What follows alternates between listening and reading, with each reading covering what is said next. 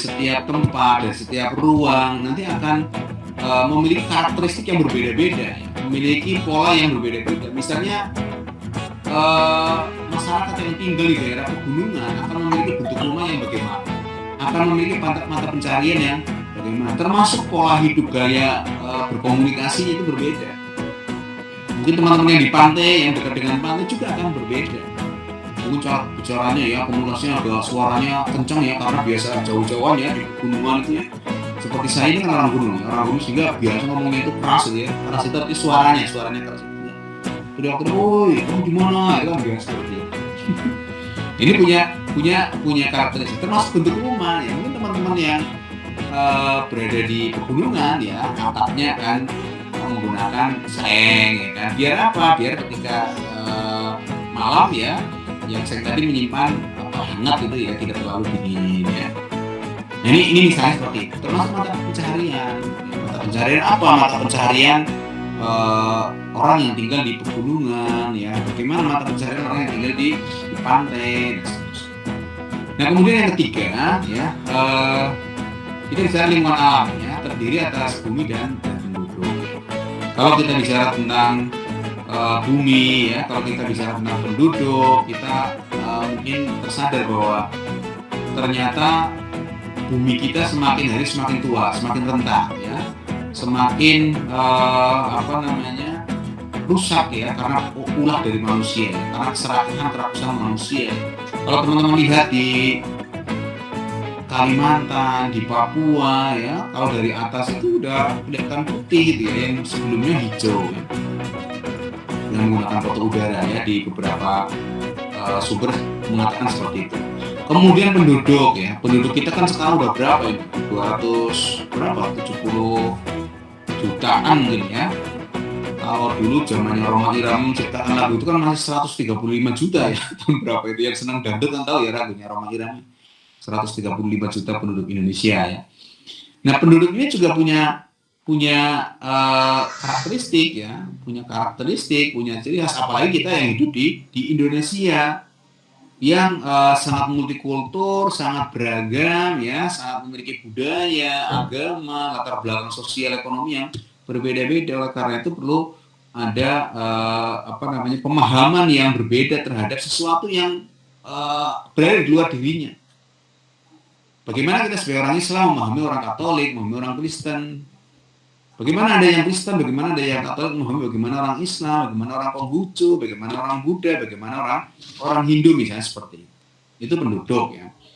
Nah kalau dalam konteks yang lain misalnya bicara tentang demografi ya, penduduk kita yang kita akan menghadapi apa yang nanti kita kenal dengan Indonesia emas itu kan ada piramida penduduk ya. Bagaimana usia produktif itu lebih banyak dibandingkan usia yang tua ya, nanti akan berkembang ya menjadi satu potensi untuk menjadi negara yang maju ya.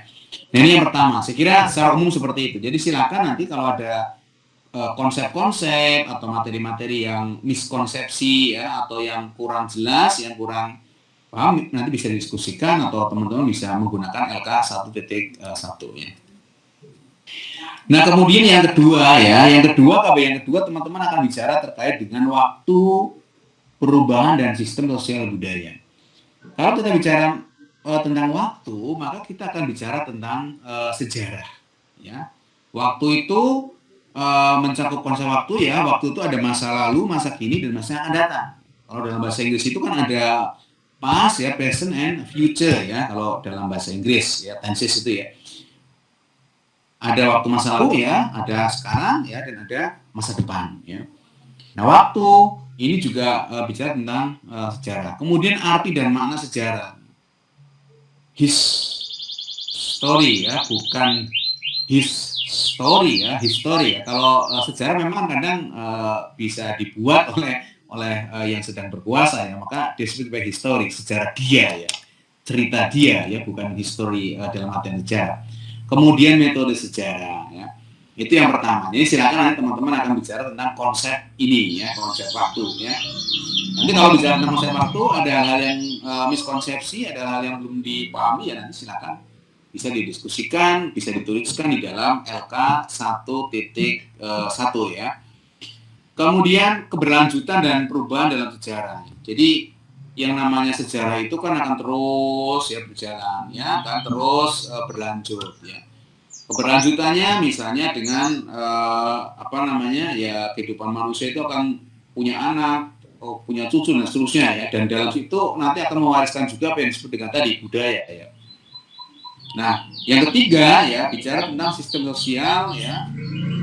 Sistem sosial budaya yang mencakup kebudayaan, unsur-unsur kebudayaan ya, dan watak nilai. Saya kira ini teman-teman bisa memperkaya dengan baca bukunya Kunchoro-Ningrat ya, antropologi budaya. Di situ juga apa itu sistem sosial budaya. Nah, saya kira ini dulu ya teman-teman ya, sebagai pengantar ya, 2KB ini silakan nanti dipelajari. Dan untuk hari ini saya teman-teman belum presentasi ya. Sore nanti juga belum presentasi. Nanti presentasinya hari Senin ya. Hari Senin itu pagi dan siang silakan digunakan untuk presentasi dan untuk diskusi ya. Karena kita tadi ada empat modul ya, nanti kerjanya biar semuanya dapat ya, dan tidak menumpuk. Saya kira bolehlah misalnya ketua kelas membagi kelas ini menjadi empat kelompok, sehingga kelompok 1 nanti mengkaji tentang miskonsepsi atau materi yang sudah di KB1, kelompok 2 KB2, kelompok 3 KB3, sehingga semuanya ada ya. Meskipun ini kan ya unggahnya kan secara individual ya, tetapi tolong boleh, sangat boleh ya bekerja secara kelompok. Untuk memudahkannya seperti itu Mas Siapa tadi ketua kelasnya ya. Jadi silakan bisa dibagi menjadi empat kelompok ya. Kelompok 1 nanti akan mengkaji di KB1 ya, kemudian kelompok 2 nanti KB2, kelompok 3 KB3, kelompok 4 KB4. Sehingga nanti semuanya bisa dipresentasikan. Jadi tidak pilih-pilih, saya milih KB1 aja, nanti KB1 semua ya. Jadi bisa dibagi-bagi ya menjadi 4 kelompok ya. Kelompok 1 ya silakan mempelajari di analisis materi yang KB1. Nah, kemudian mungkin Anda bertanya, terus kalau saya tidak menganalisis KB2 gimana ya? Ya nanti kan ketika presentasi nanti akan juga mendapatkan diskusi ya, meskipun tidak mengerjakan KB2, tapi diskusinya bisa mendapatkan pengalaman dari kelompok 2, kelompok 3, kelompok 4 dan seterusnya. Saya kira itu sebagai pengantar ya, karena jam 8 saya harus ke rumah sakit ya.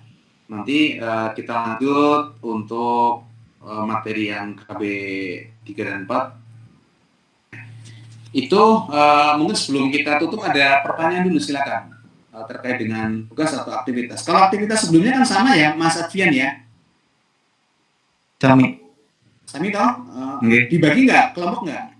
Kalau kemarin itu dibagi, tapi pas Bu Esti itu sendiri-sendiri Pak, sama Pak itu siapa?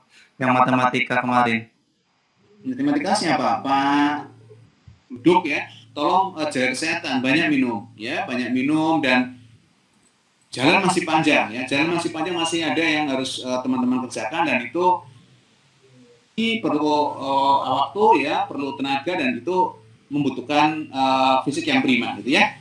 Terima kasih, sampai ketemu lagi nanti sore. Selamat melanjutkan aktivitas, selamat pagi, dan kita tutup dengan berdoa. Berdoa disilakan.